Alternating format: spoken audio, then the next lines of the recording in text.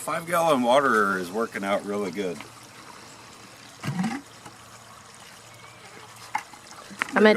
Huh? How many times do you have to fill it up? Twice a day. Does the water get real hot on the inside? Not yet, because we have it in the shaded area, and it's not too hot out here yet. We're still in spring, so that's a good thing. I would not want to raise these birds in summer. Why? I think it would cause too much issues with the heat and everything. So we get some nasty heat here.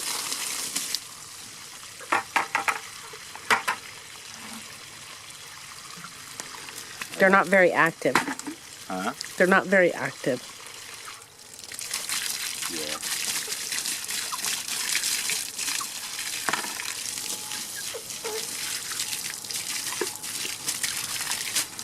So do you put the small one out too for them, to just in case? Yeah, and part of the deal is that they're being a flock animal. They like to do everything at once. All of them do. You know, so you need plenty of watering space as much as you need plenty of feeder space.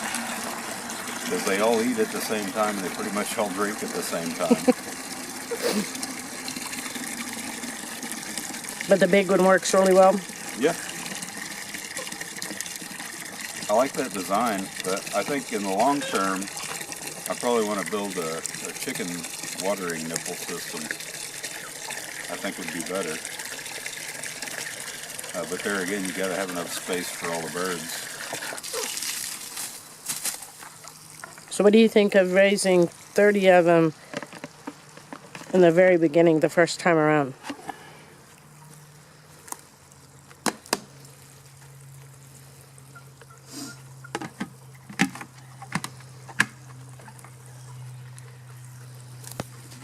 Thirty's probably a little much for especially if somebody hadn't raised birds before. You know, you might start off with like 15, maybe half of what we got.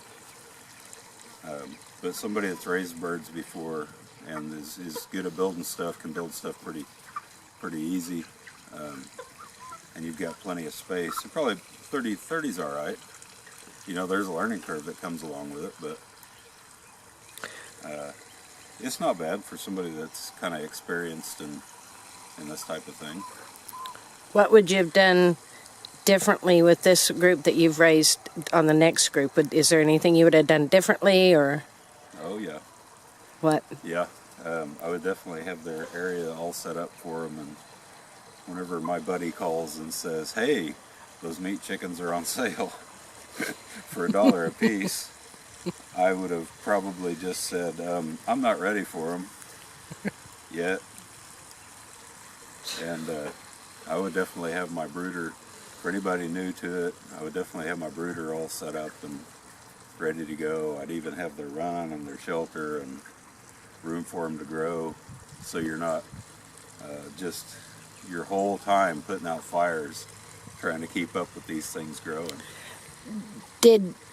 Was it a shock at how different they were from regular chickens? Because we've had chickens forever, all different kinds of chickens.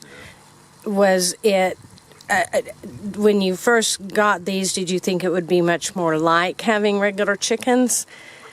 Or did you already know that it would be completely different? Or, I mean, what? I did my research.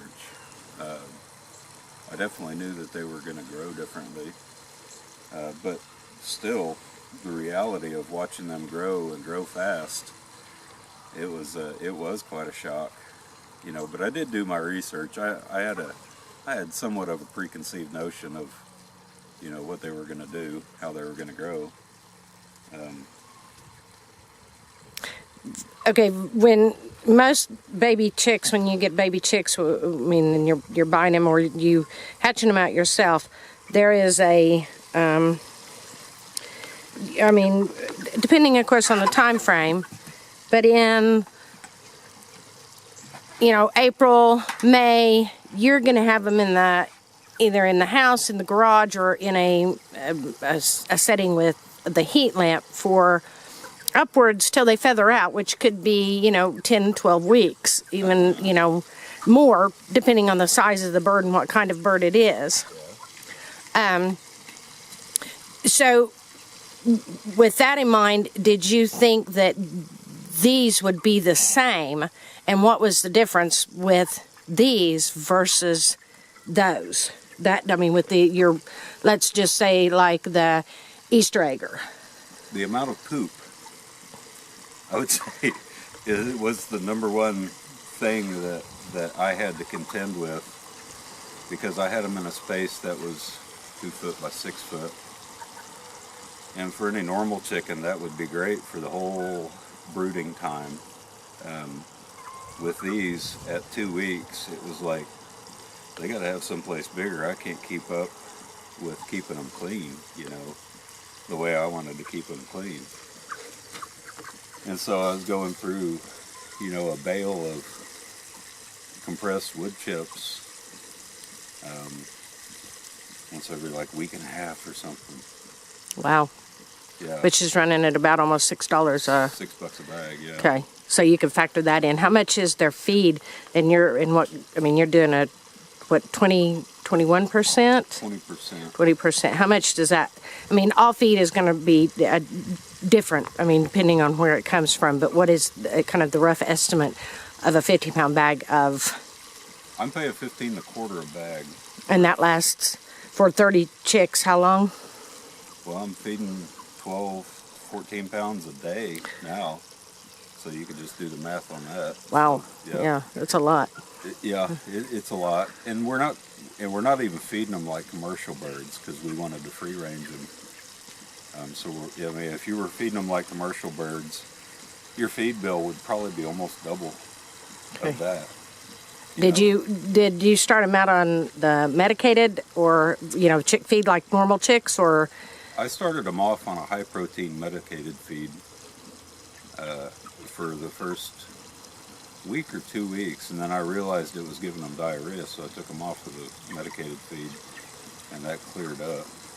Right now, we're noticing that there's a few of them that have diarrhea now, and so I'm going to lower the protein on the feed by 2% and see if that helps. Okay.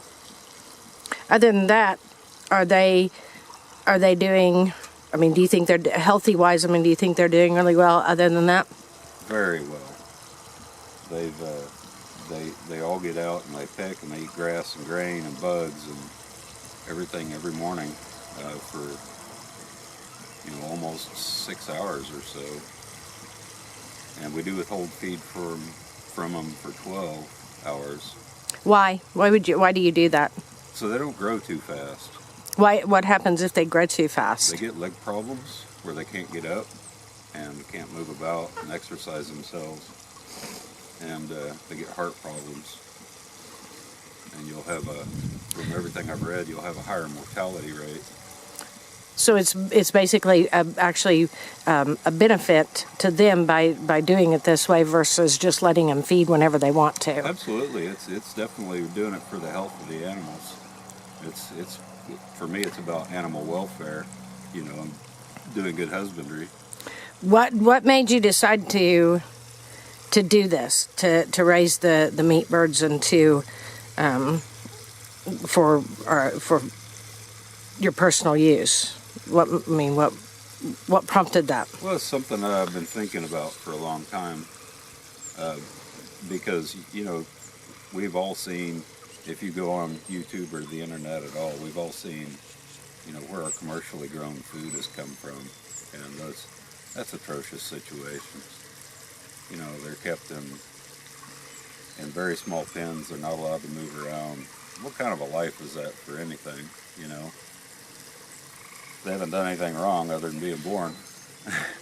So I've always liked to know where my food comes from. The only reason I like to hunt is because I like to know that animal's had a good life, and that's what I want to take into my body. Something that's lived well, because I want to live well, and so taking that, it's, you know, your food becomes a part of you. You know, so raising them like this, I know exactly how they've been treated. I know what they've eaten.